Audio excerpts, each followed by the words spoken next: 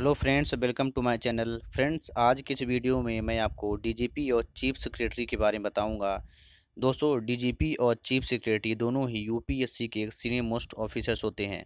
तो दोस्तों, आपको मैं इनके डिफरेंस बताऊंगा, किसके पास कितनी पावर होती है, किसके पास कितना वर्कलोड होता है, और इनकी सैलरी कितनी होती है, और इनको कौन कौन सी फैसिलिटी प्रोवाइड की जाती है।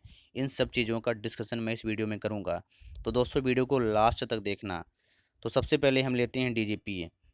तो दोस्तों, डीजीपी का जो फुल फॉर्म होता है वो होता है डायरेक्टर जनरल ऑफ पुलिस, और इसे हिंदी में बोलते हैं पुलिस महानिदेशक। दोस्तों, डीजीपी जो होता है वो पुलिस ऑफिसर्स का एक सीनियर मोस्ट ऑफिसर होता है, और वह पुलिस ऑफिसर का सीनियर मोस्ट ऑफिसर होने के साथ साथ वह आईपीएस का भी एक सीनियर मोस्ट ऑफिसर होता है।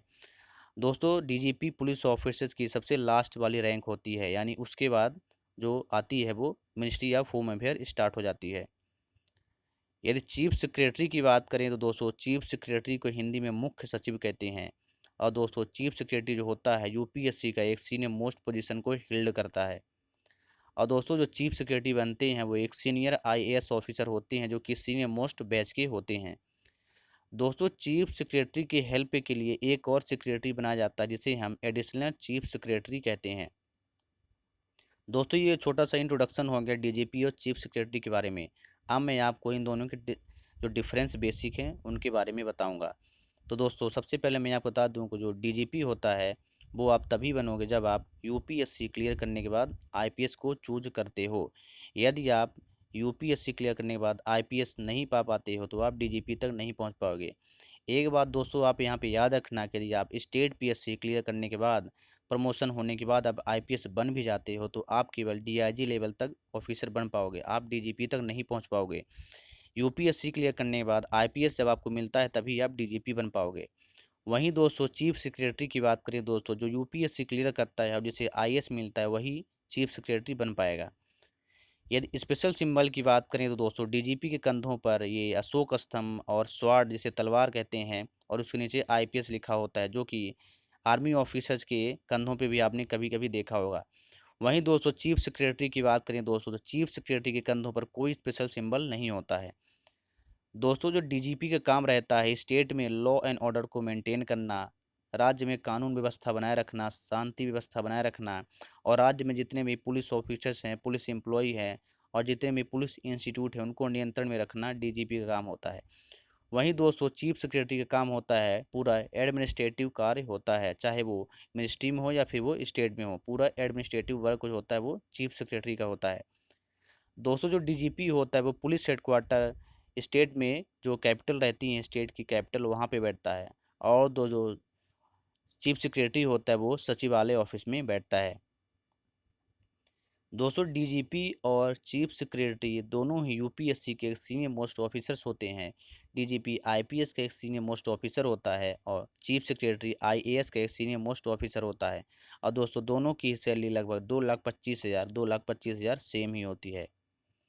यदि स्पेशल कार की बात करें दोस्तों, तो जो डीजीपी की जो कार होती है उसमें 3 स्टार होता है, और कार में एक रेड और ब्लैक कलर का फ्लैग रहता है जो कि ट्रायंगल साइज में रहता है।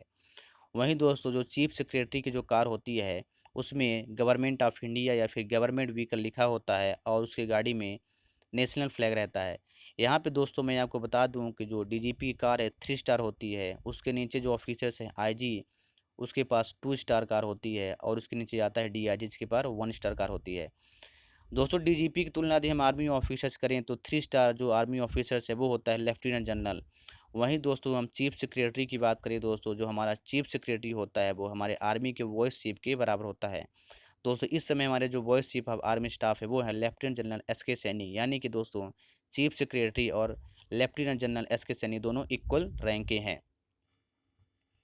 दोस्तों, जो डीजीपी होता है वो डीएसपी लेवल के नीचे जितने भी ऑफिसर्स हैं और जितने भी पुलिस एम्प्लॉय हैं उनको सस्पेंड कर सकता है। वहीं दोस्तों, हम चीफ सेक्रेटरी की बात करें तो दोस्तों, चीफ सेक्रेटरी ग्रुप सी तक के ऑफिसर को जनरली सस्पेंड कर सकता है, और ग्रुप बी के ऑफिसर को सस्पेंड करने के लिए उसे इन्वेस्टिगेशन स्ट्रिक्ट इन्वेस्टिगेशन करना पड़ेगा। दोस्तों, यदि डीजीपी और चीफ सेक्रेटरी की फैसिलिटीज़ के बारे में बात करें तो दोनों को ही स्टैंडर्ड क्लास का accommodation, security, special car, mobile bill, electricity bill and other facilities provide की जाती है। दोस्तों, यदि अदर फैसिलिटीज़ की बात करें तो अदर फैसिलिटी में हेलीकॉप्टर इंक्लूड किया जाता है। यदि कभी डीजीपी और चीफ सेक्रेटरी को इन्वेस्टिगेशन करना हुआ, कहीं दौरे पे जाना हुआ, तो दोस्तों इमरजेंसी सिचुएशन में दोनों को ही हेलीकॉप्टर प्रोवाइड की जाती है।